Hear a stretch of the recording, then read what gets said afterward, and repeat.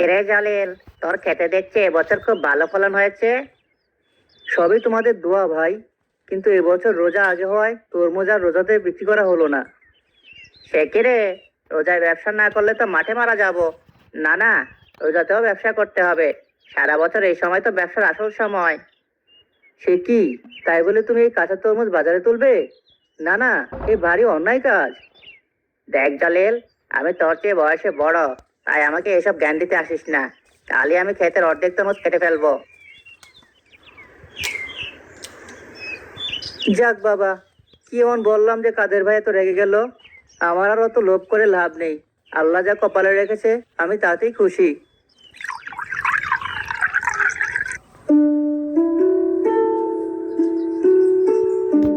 জানিস বৃষ্টি, এই বছর ঈদে আমার মোট 8টা নতুন জামা হয়েছে।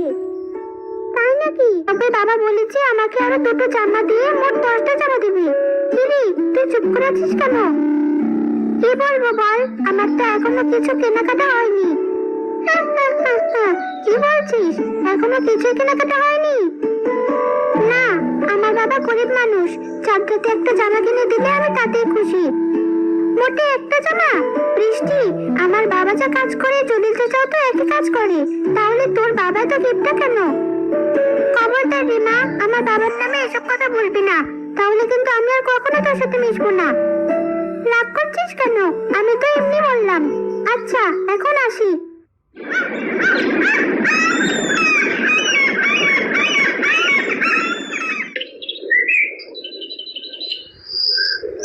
আরে আরে কাদের ভাই, এই তুমি কি করছো?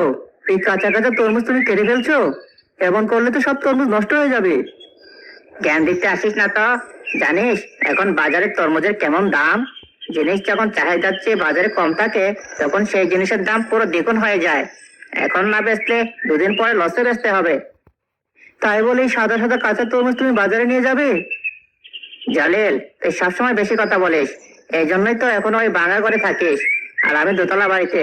শোন, ব্যবসা করতে গেলে একটু চালাক না হলে হয় না। শোনো কাদের ভাই, তুমি আমার চেয়ে বয়সে বড় হতে পারো ঠিকই, কিন্তু আমার চেয়ে সৎ না। সৎভাবে ব্যবসা করে আমি সারা জীবন ভাঙা করে থাকতে পারি।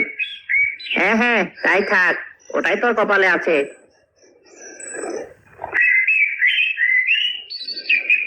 দাও কাদের ভাই, আমাকে দাও। এই নে, ভালো করে সাজিয়ে এগুলো বাড়িতে নিয়ে চল। সে কি, এগুলো বাজারে নিয়ে যাবে না? না রে, এখন এগুলো বাজারে নিলে হবে না। তার আগে তো এগুলো ভালো করে প্রসেস করতে হবে। কি জানি বাবু। আচ্ছা, আমি ভালো করে সাজিয়ে দিচ্ছি।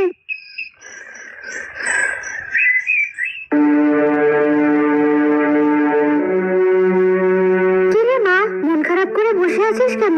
কি হয়েছে? কি আবার হবে মা, বাবা কি এবছর আমাকে নতুন জামা কিনে দেবে না? কেন দেবে না? এখনো তো ঈদের অনেক দিন বাকি আছে, এখনই মন খারাপ করলে হবে? গ্রামে সবার জামা কেনা হয়ে গেছে, আর ওই যে রিমা, ওর তো 8টা জামা হয়েছে, আর আমার একটাও জামা হয়নি। ওভাবে বলতে নেই মা, তাছাড়া ওর বাবা তো অনেক বড় লোক, ওদের সাথে আমাদের তুলনা করলে হবে? কেন হবে না মা, বাবা তো চাষাবাদ করে, কাদের চাচা তো সেই একই জিনিস চাষ করে। যেমন এবছর তো দুজনেই তরমুজের চাষ করছে, তাহলে কাদের চাচার এত টাকা, আর আমার বাবা তাহলে গরিব কেন? মা, সব প্রশ্নের উত্তর দেওয়া যায় না, তোর বাবা হলো এই গ্রামের সবচেয়ে সৎ মানুষ। হ্যাঁ হ্যাঁ, তাই তো বলবে। সবাই যখন ঈদে নতুন নতুন জামা পরে ঘুরবে, আমি তখনও পুরনো জামা পরে ঘুরবো। দূর, ভালো লাগে না।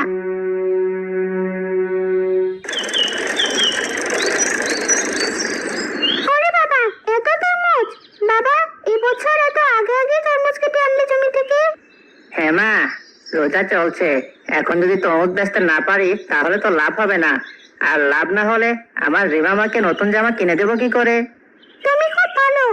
আচ্ছা মা, তুই এবার ওদিকে যা, আমাকে এই তরমুজগুলো নিয়ে কাজ করতে হবে। তুমি এবছরও কাঁচা তরমুজ মাঠ থেকে তুলে আনলে? শোনো রিমার মা, তুমি একটা কথা বলবে না। তোমার বুদ্ধি শুনলে আমাকে রাস্তায় গিয়ে উঠতে হবে। সারাক্ষণ অত লোভ করো না, মনে রেখো, চোরের 10 দিন, গেরস্থের 1 দিন। কিন্তু এই একদিনই যা হওয়ার সব হয়ে যাবে, তখন কাদা ছাড়ার কোনো উপায় থাকবে না। হ্যাঁ হ্যাঁ, কাঁদতে হলে কাঁদবো। কথা না বলে এখন যাও দেখি। যাচ্ছি, নিজে তো ডুববেই, আমাদেরকেও ডোবাবে।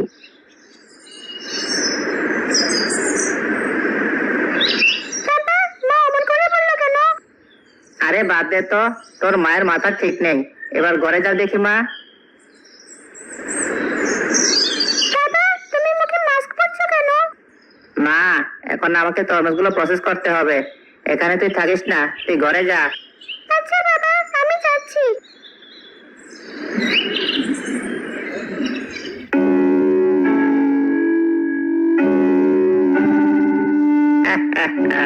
দিলাম ওষুধ মিশিয়ে। এবার একদিনে তরমুজ যেমন পাকবে তেমনই টকটকে রং হবে।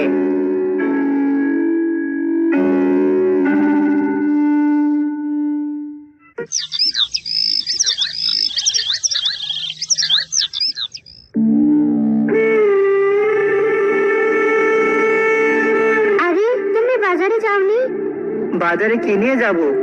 এদিকে তো তোমার মেয়েরও মন খারাপ। সবার জামা কেনা হয়ে গেছে, ওর এখনো কেনা হয়নি। সত্যি, আমার মতো অভাগা বাবা আর একটাও নেই। ঈদে মেয়েকে একটা জামা কিনে দেবো, তাও কপালে নেই। মন খারাপ করছো কেন? উঠোনের পেঁপে গাছে অনেকগুলো পেঁপে পেকে আছে। তুমি বরং আজকে ওগুলো পেরে নিয়ে যাও, দেখবে রোজার মাসে ভালো বিক্রি হবে। আচ্ছা, তুমি যখন বলছো তবে তাই করি। মাধু, মাধু, রসমালাই, রোজা করে তরমুজ খাবেন, দিল কলিজা ঠান্ডা করবেন। আরে, এত তাড়াতাড়ি বাজারে তরমুজ চলে এসেছে।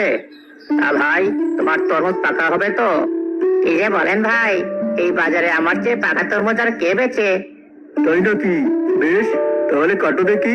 শোনো ভাই, লাল হলে তবে কিন্তু নেব, সাদা হলে নিতে পারবো না। ও, এই কথা। তাহলে এখনই কেটে দেখাচ্ছি। আমার তরমুজ লাল না হয় যাবে কোথায়?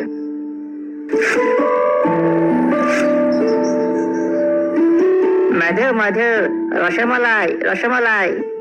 আরে বাস, এটা দেখে একদম টকটকে লাল। আমাকে একটা তরমুজ দাও তো কাদের ভাই। আসেন আসেন, টাকা পেপে নিয়ে যান। ধুর মিয়া, চুপ করো দেখি। এত সুন্দর তরমুজ রেখে কেউ কি তোমার ওই সস্তা দামের পেঁপে খাবে? দাও কাদের মিয়া, আমাকে একটা ভালো দেখে তরমুজ দাও। তা যা বলেছেন ভাইজান। এই নিন, দেখবেন কত ভালো একটা তরমুজ দিলাম আপনাকে।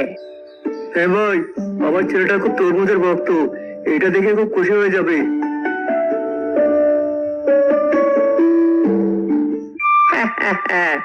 এত কিছু রেখে তুই কিনা পেঁপে নিয়ে এসেছিস বাজারে? কি করবো বলো, আমি তো আর তোমার মতো কাঁচা তরমুজ এনে বেচতে পারি না।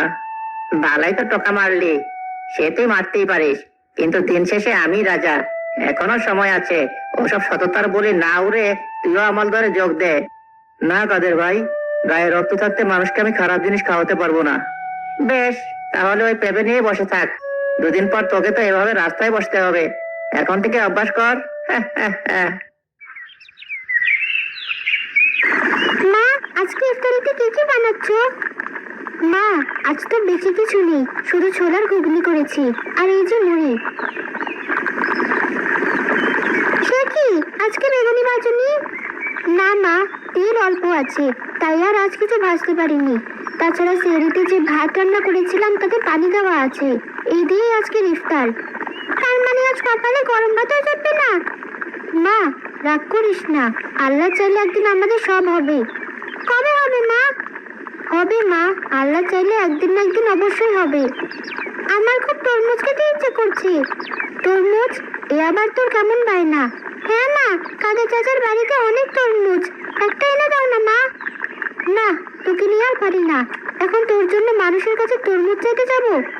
তাতে কি হয়েছে? আমাদের জমির তরমুজ পাকলে তুমি না হয় ওনাদের একটা দিয়ে দিও, তাহলে তো সম্পদ।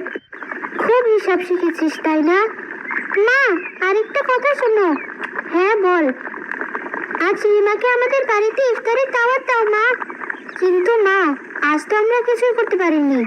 ও রোজ আমাকে ইফতারের দাওয়াত দেয়, একদিন ওকে আমরা দাওয়াত দিতে পারি না? কিন্তু কোনো কিন্তু করো না তো মা, চলো আমরা দুজনে ওর বাড়িতে যাই। সত্যি, তোকে নিয়ে আমি আর পারি না, চল দেখি।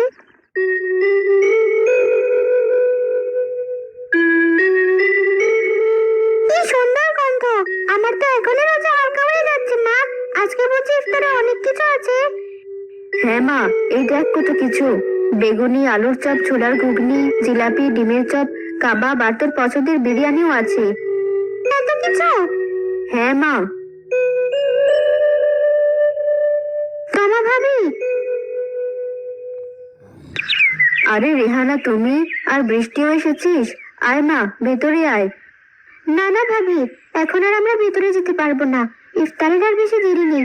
মেয়েটা বায়না ধরলো আজ নাকি রিমাকেও দাওয়াত দেবে, তাই তো এই অবেলায় আসলাম।